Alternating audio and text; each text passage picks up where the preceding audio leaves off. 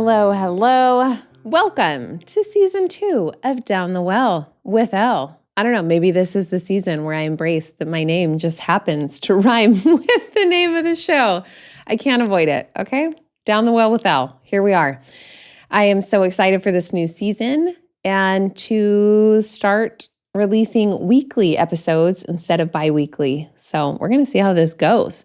One thing I know for sure from season 1, you guys liked hearing about the mother's hero's journey. This came from Lisa Marchiano's book, Motherhood, Facing and Finding Yourself. If you don't have it, go get it. So I thought we'd start this season by really doing a deep dive into the 7 stages of this mother's hero's journey. Really, it's just a Jungian framework developed by Marchiano. She offers us a way to view motherhood not as a list of duties or a detour from our personal development, but as a hero's journey in its own right. These stages represent the feminine journey just as much as the mother's journey, an adventure that, rather than an external one with swords and dragons like Joseph Campbell's classic hero's journey, it's one that goes downward, deep inside each of us, offering us the potential for transformation, wisdom, and knowing ourselves better, and more authentically helping us to become more of ourselves, which is the best thing that we can offer ourselves, the world, our kids. We don't only experience this hero's journey in the experience of becoming a mother, but it is repeated throughout our lives as women. Okay, to begin, let me briefly recall the story of the 2 caskets that I visited in the first episode of Down the Well. This is the original fairy tale that Marchiano shares in her book that maps out the journey. Since the beginning of time, humans have used stories, myths, fairy tales, fables, and scripture to help us process the human experience, to warn us, and to teach us. This old fairy tale does all 3. Helping us process our own experience as mothers. It warns us that our approach to the challenges of life is actually everything, and teaches us how to approach our challenges so we can find the treasures of transformation in ourselves as well as depth and wisdom. Okay, so once there was a woman with a lazy daughter and a lovely stepdaughter whom she mistreats. She has both of them sit on the edge of a well spinning flax. She tells them that the first one to have their thread break is going to get pushed down the well. Naturally, she gives her daughter the best flax, so it's the stepdaughter's thread that breaks first. The mean woman promptly pushes the stepdaughter down the well. At the end of her descent down this dark well, the stepdaughter finds herself in a beautiful but unknown land where she is immediately met with a series of tests unbeknownst to her. She treats everyone and everything that she meets with open-heartedness, humility, and curiosity, and they in turn help her along in her journey. After solving several tasks from an old woman she meets along the way, the old woman lets her choose a casket to bring back with her. She chooses the plainest one of all the caskets, and when she gets home and opens it, she finds it's full of riches. Her stepmother is, of course, upset by this and proceeds to throw her lazy daughter down the well to bring her riches. The daughter doesn't pass any of the tests the stepdaughter did because of her approach, which is laziness and entitlement. And at the end, she chooses the fanciest casket to bring home. Upon her return, she opens it with her mother, expecting to find riches, but instead she finds a fire that bursts out of it and burns her and her mother to death. So this story lays out a bit of a treasure map for us for our hero's journey in motherhood, and the stepmother potentially represents a part of our psyche or external force or circumstance or challenge that pushes us into dark parts of ourselves or down the proverbial well. This push is called the call to adventure, but the fall down the well, the descent, is a death of our ego, which brings us to the bottom. In this bottom, we enter a new land or space where we're required to face the darkest parts of ourselves. The stepdaughter and daughter's approaches to this unknown and uncomfortable part of the journey determine what kind of rebirth, reemergence they will have. If we're willing to navigate this phase with humility, curiosity, and open-heartedness that's required, then we will find transformation or treasure that we bring with us as we reemerge. If we approach the unknown with pride or entitlement or laziness, we will return with curses of bitterness, resentment, and disconnection with self. That was a whirlwind, I know, so let's look at each of these stages close up. The first and second stage are the departure from the ordinary world or pre-motherhood identity and the call to adventure. So first we see the stepdaughter move through the first two phases of the hero's journey: departure from this ordinary world and answering the call to adventure. The stepdaughter begins on stable ground where everything is comfortable and familiar, and she's then pushed down the well, across the threshold, and into a completely different land where everything is unfamiliar and uncomfortable. She has left the known for the unknown. This departure is a disruption in our pre-motherhood identity.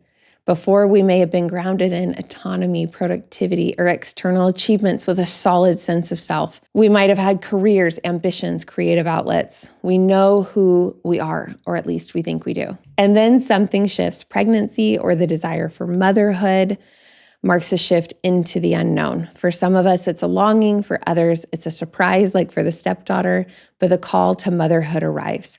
It doesn't come with trumpets or mentors like in the classic hero's journey. It might just look like a pregnancy test, a slow-growing desire, or a complicated decision.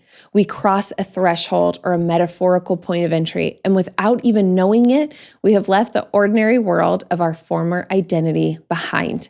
This journey may begin with motherhood, but it will keep repeating itself throughout motherhood. It doesn't represent only our pre-motherhood identity. This also represents who we were before we experienced any great loss, like the death of a loved one, a marriage that falls apart, a child who rebels, a miscarriage, the decision to leave your career to be home, postpartum depression, job loss, and especially difficult stage with a child, an unexpected fifth baby, really any challenge that pulls the rug out from under us. What's tricky is that our culture often doesn't frame this as a call to adventure, and it can feel more like a fall than a rise. It might look more like settling down, pulling back, surrendering. This is in part because we have devalued the role of mother so dramatically in society. So the desire for motherhood or parenthood in general can feel more like a confession or countercultural than a call to adventure, depending on your community. But as Marchiano points out, this is the beginning of something vast and mythic, and I believe spiritual. And it may feel more like a falling or a descent, but it marks the beginning of deep inner work. With each child or challenge, the call may feel different. I felt a call to adventure almost as much with my fourth baby as I did with my first baby, but it hit different. While I had more confidence in my ability to mother, the demands on me had never been more intense, with 4 small children and no longer running a startup, but now a full company and team of employees. My father also died just months after Hazel was born, and I found myself doing inner work at a whole new depth, requiring a serious shedding of my identity that I hadn't anticipated. Regardless of your individual call, it will always require some kind of departure into the unknown to answer it. This leads us into the third step in our journey, the descent. The descent is the third step in the journey, which is the fall down the well. I always visualize Alice in Wonderland's long tumble into an underworld. This fall requires surrender and is most tangibly felt in early motherhood, when the demands of motherhood require a surrender of control, time, body, and self-image. Feelings of inadequacy, overwhelm, and identity loss are common and necessary. You may wonder, where did I go? Who am I now? This is not failure. This is not regression. It is initiation. Let me say it again. This is not regression. It is an initiation. This is what Lisa Marchiano calls ego death. Not because you did something wrong, but because something bigger is trying to come through, something ancient, something archetypal. And it starts by dissolving the old self. In most hero myths, the descent is literal into caves, underworlds, oceans. For mothers, it often happens in a rocking chair at 3 a.m. or in the isolation of a kitchen or the front seat of a car when everyone else has gone inside and you just sit there for a minute and cry. But this isn't a mistake. This is the threshold. This is not falling apart. You're being initiated. The chrysalis must dissolve completely for the butterfly to emerge. So must the ego dissolve for the soul to rise. This is where I believe we have a huge narrative problem in our society for mothers. This phase is often where people want to treat mothers like victims, like we're oppressed or that we've lost ourselves or that we've betrayed some feminist ideal. But really, it's where any transformation begins. any kind of transformation, not just mothering. The sacrifice of the ego is the currency for growth. Here's some quotes that I love to back this up. Richard Rohr said, "In dying to self, we awaken to something far greater." Gandhi said, "The way to find yourself is to lose yourself in the service of others." Christ said something very similar to that. Rumi said, "The wound is the place where the light enters you." Motherhood is beautiful, but it can also feel brutal. We all know that. So should we ask for help or revel in this ego death? Should we try to do it all? Are we stronger if we take it on alone? Absolutely not. If we stay present with the discomfort, the ego will die again and again with every fall down the well, and we will find transformation. So gather the troops and list all the resources you can while not outsourcing the job of mothering in the rawest and truest meaning of the word, a definition that is individual and only you can create or define. Let's not be martyrs, okay? But let's also not be afraid of the pain or take it as a signal that we're doing it wrong. And then comes the shadow. Oh, the shadow, you guys. All those parts of you worked so hard to suppress or deny when you were younger, they're going to show up now. The shadow is the part of the journey that we talk about the least because we often feel the most shame around it. As you descend down the well, you will meet your shadow. Those parts of you you never wanted to see. Maybe early motherhood doesn't reveal the shadow fully, but a difficult toddler or a child with special needs or a strained marriage or the financial pressures of a family do. These trials will bring out parts of ourselves that really actually scare us. Rage, selfishness, ambivalence, fear, jealousy, even the thought, I hate this. You might find yourself snapping at your kids, fantasizing about running away, or feeling crushed under the weight of guilt for not enjoying it more. And this is the moment where many of us start to think something is wrong with us. But in Jungian psychology, the shadow isn't bad. It's simply the disowned. And unless we meet it and sit with it, we can't become whole. Motherhood brings the shadow to the surface, not to shame us, but to invite us into integration. These emotions will naturally bring about shame and make us want to hide or avoid motherhood. Again, it's a perfect time for the world's narrative to come in. You've made a mistake. Motherhood is actually the worst. I shouldn't have had kids. I was not prepared for this. I'm ruining them. They're ruining me. These emotions and thoughts don't mean something is wrong with you, though. They mean something real is being revealed. You're getting to the good stuff.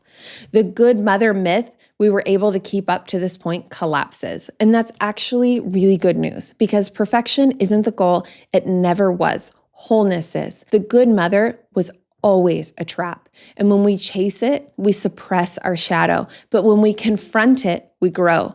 Jung says that the shadow is 90% gold. What if that scary part of you holds your wholeness?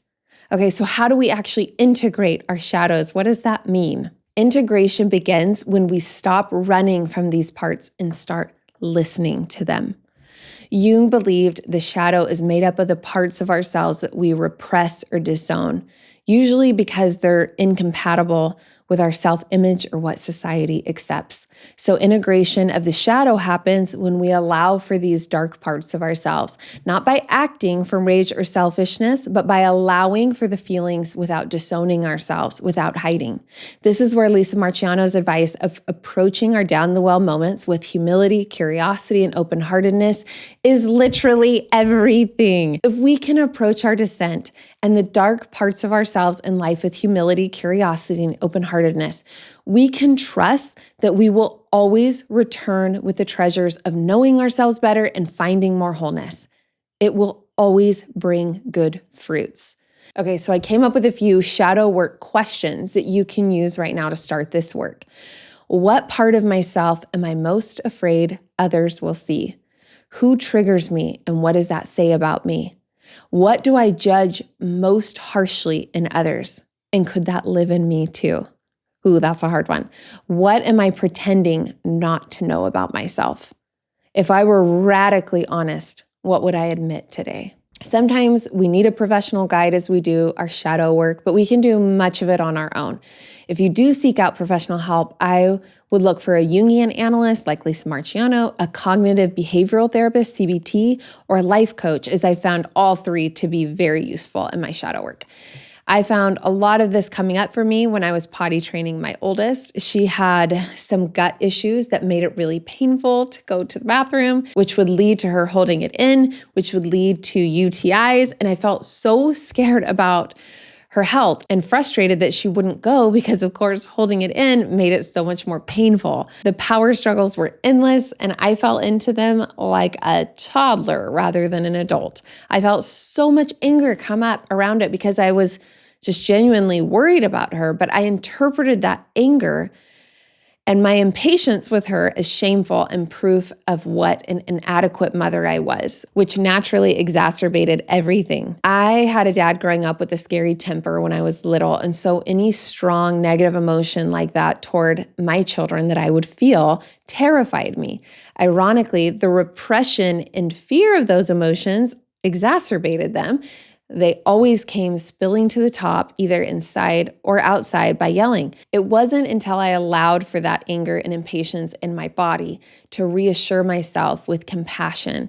Of course you feel angry and impatient. This is what a good mother feels when her child is doing something that you know will hurt her.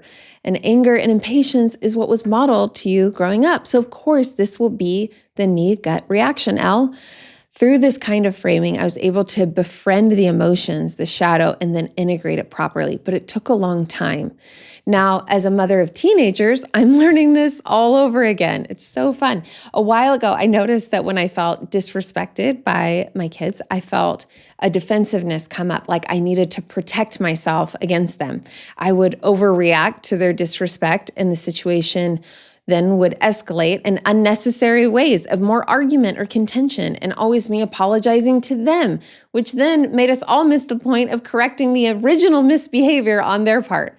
It made it about me and not them. I finally asked myself where this was coming from. Now, I don't think everything needs to be connected back to childhood, but this definitely came from trying to defend myself against three big brothers growing up and not feeling protected. I had to learn to protect myself, and it put me on guard for a long time to people treating me poorly. And that defensiveness has actually served me very well in some ways. I'm grateful for these big brothers. It's made me unafraid of speaking my mind or saying no. But I could clearly see where this had become a shadow. I have been working since then to separate myself from my kids' behavior. I'm not a victim to their behavior. I'm their guide and their boundary enforcer at times, and can better show up for them when I don't entangle my own stuff in theirs, my own emotions in theirs. If you're feeling that kind of entanglement come up a lot, I think that's a clear indicator that you may need a guide to do some of this work. The shadow work is real stuff, and it's hard, but here are a few quotes to take you along this journey. Carl Jung said, "Until you make the unconscious conscious, it will direct your life and you will call it fate." Joseph Campbell said, "The dark night of the soul comes just before revelation. When everything is lost and all seems darkness, then comes the new life and all that is needed." He also said, "The goal of the hero's journey is yourself." So this leads us right into stage 5 of this journey, receiving help and inner wisdom. So in most myths, the hero receives help, a sword, a guide, a wise mentor, a spell. For mothers, help often comes not from the outside, but from within. You start having strange dreams, your intuition sharpens, you begin to access parts of yourself that feel ancient, wise, and deeply female. I have felt so much divine help throughout my mothering from grandmothers and female scriptural and historical guides as well, whether from their words or through dreams or through just feelings. I felt the direction of my grandmothers, many of whom I have never met in the creation of this podcast, in fact. This wisdom has helped me to increase my own inner wisdom. Increasing in this kind of wisdom reduces the need for so much external validation. You begin to trust your knowing. This isn't about advice columns or parenting hacks. It's about reconnecting to your inner authority, something that's been there all along. This is where the stepdaughter listens to the old woman who directs her paths. This is where Hecate, the crone, directs Demeter, the mother, and Persephone, the maiden in Greek mythology. I doubt any mother would feel confident in saying, I have all of the inner authority that I need, and I don't need external guides or help. I would say that this is a lifelong process of connecting with that inner guide. But I have found that the more shadow work that I do as it arises, the more I feel this inner authority grow. By the way, I don't think we need to go digging through every bit of our childhood for this. That can be a bottomless and never-ending pit that some therapists are way too happy to bring you down for years at a time. I would say as you're feeling that friction when you're in an unhealthy dynamic that's not changing, if you're not feeling empowered in your motherhood, then it's time to do shadow work as it arises.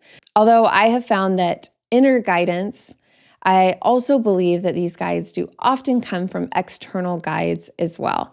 I'm afraid we live in a time where we are too quick to discount the women who've come before us, instead calling them old-fashioned or out of touch or pitying them or thinking they were oppressed or didn't reach their potential because they lived before the so-called enlightenment of second wave feminism. I think this is akin to cutting off our noses to spite our faces. When we accept the imperfections of the people who came before us, we're more able to accept the imperfections in ourselves. While mother-daughter relationships are inherently complicated and may sometimes require boundaries and healing depending on how complicated they are, continually working toward healing and forgiveness and repair will always bring about our own personal growth. To expect that we'll have completely different imperfect relationships with our own daughters if we're not willing to grapple with our relationships with our own mothers is wishful thinking.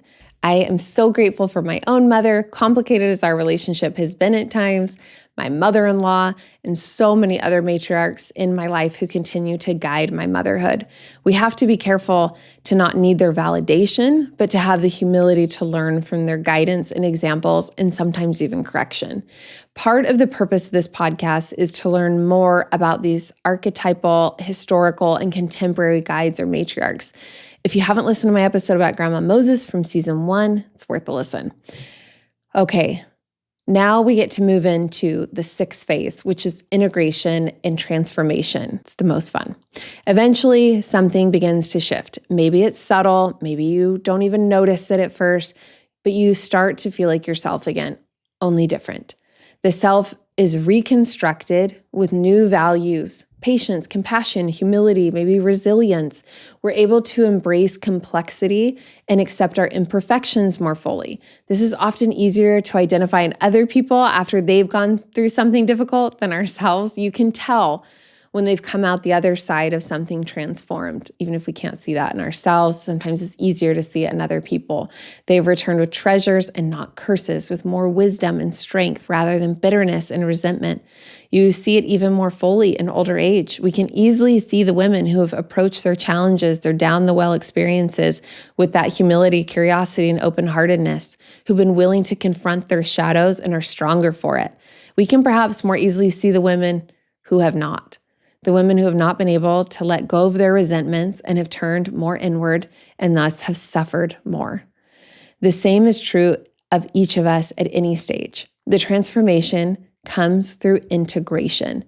Transformation doesn't mean returning to your pre-motherhood self, and definitely not your maiden self. That person is gone and she should be. The new self that emerges is more integrated. You begin to accept that you are complex, that you can nurture and say no. You can be a loving mother and need space. You can sacrifice and have your needs met. You're imperfect and still sacred. You learn to hold contradictions. You can be grateful and overwhelmed. You can set boundaries and still care deeply. You can be broken open and still powerful. Motherhood, when walked consciously, makes you more whole, not less. This is integration. The self is reformed, not as a return to the old you, but as an emergence of someone new, someone more whole, someone who has lived through something sacred. It's been one of the most sacred experiences of my life to watch a close friend who's a mother of 5 girls battle ovarian cancer these past few years. She has had to confront every part of herself, physically, spiritually, and emotionally. This experience would have broken most people in half, but not her. Even though she's had many, many dark nights of the soul, she has always come back to humility as she's accepted way more help and guidance than she ever wanted. She was used to being the one that helped, not being helped. Curiosity, and that she was somehow truly fascinated by the whole treatment process, even when it terrified her. She had fun with the wigs and eyelashes after chemo. She made jokes about the tube sticking in her, and you've never met a person with more of an open heart. She let everyone in. She kept mothering in the way that she could. She had to redefine that, right? She clung to life, but was open to all the possibilities in a higher plan, trusting that it was divine regardless of the outcome.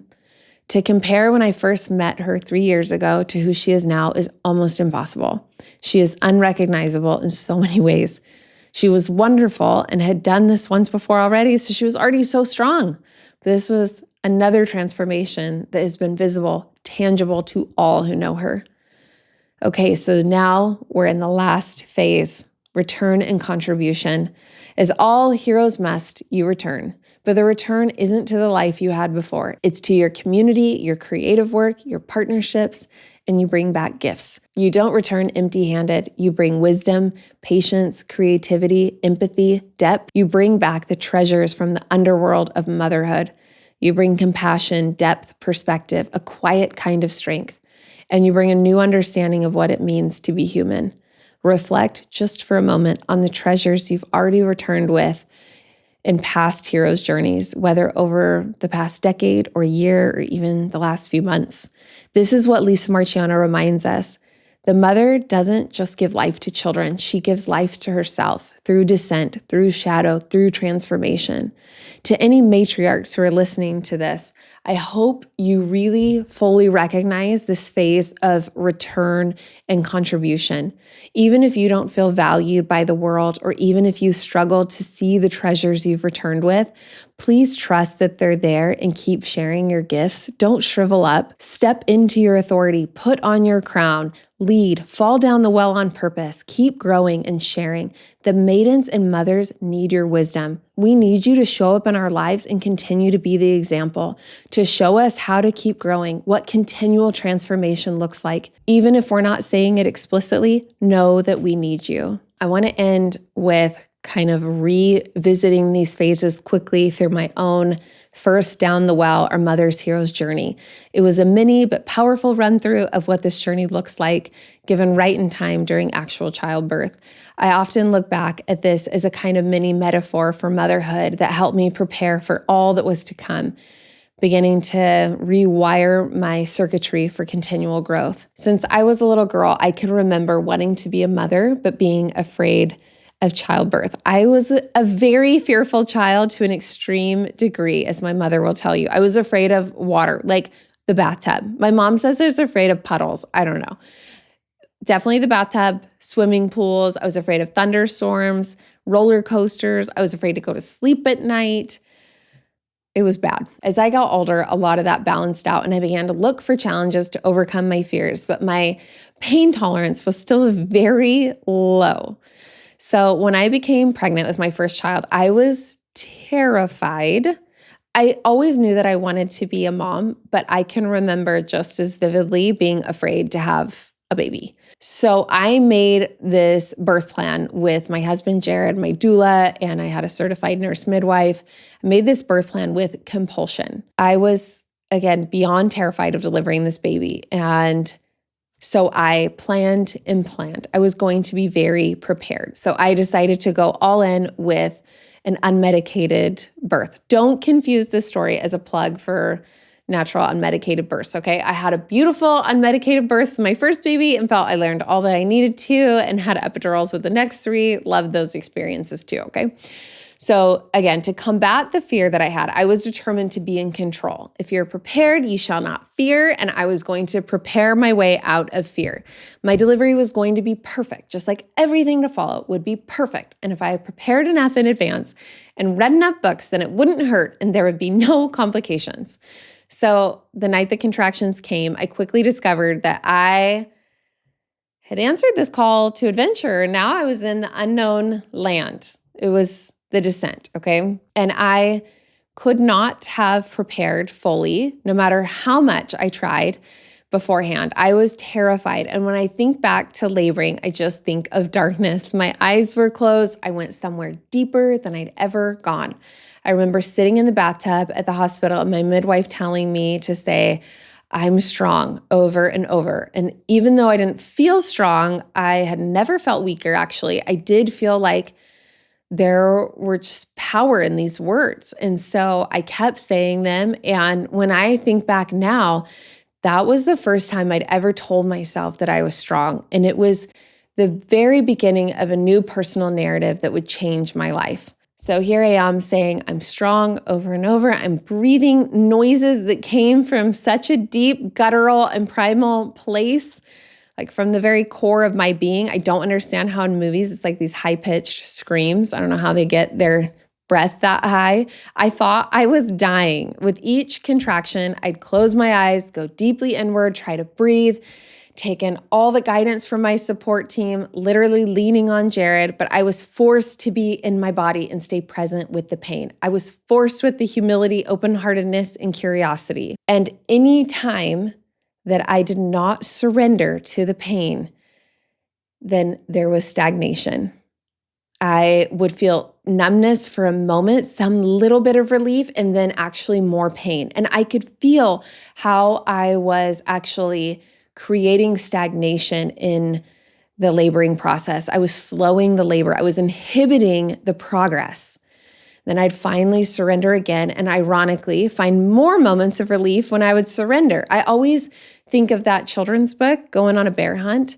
Can't go under it, can't go over it. You got to go through it. Have you read that to your kids? It's a good one.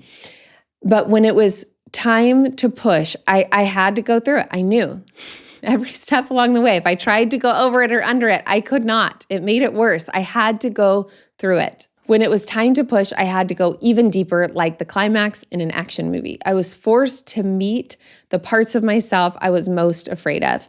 After 12 or 13 hours of active labor, my daughter was born, and I felt euphoria along with a lot of other emotions, but mostly euphoria. And she was the actual treasure that I reemerged with, as well as a new me that had done something I had not thought I was capable of before. And I can see that mother's hero's journey now so clearly. I departed from the ordinary world and across the threshold to answer to this call to adventure, to have this baby. I began the descent, which required a complete death of my ego. I met darkness in that descent and had to confront my darkest parts and my biggest fears as I pushed her out. When I resisted the experience, I experienced more pain and literal stagnation in the birthing process. I received the help that I needed as I trusted my inner authority and had the humility to listen to wise guides around me. And then I experienced transformation of increased confidence and humility, greater connection with myself, all of which better prepared me for my next fall down the well, actual motherhood. And naturally, I was able to reemerge with the greatest treasure, which was my daughter. So if you are in the depths of mothering, if you are tired, confused, or afraid you're doing it wrong, I want you to hear this. You are not lost. You're not broken. You are on the path. You are being shaped. You are not just a mom. You're a woman in the midst of a transformation. The journey is real. It matters. You're not alone. If you can keep that approach of open-heartedness, humility, and curiosity, you cannot go wrong. If today's episode resonated, I invite you to share it with a mother who maybe needs to hear this. And if you want to go deeper, check out Lisa Marchiano's book, Motherhood, Finding and Facing Yourself. It's full of soul, story, and truth. I had her on in the second episode of season 1 if you want to learn more about her there as well. Thank you for joining me on this episode of Down the Well. Until next time. It was good.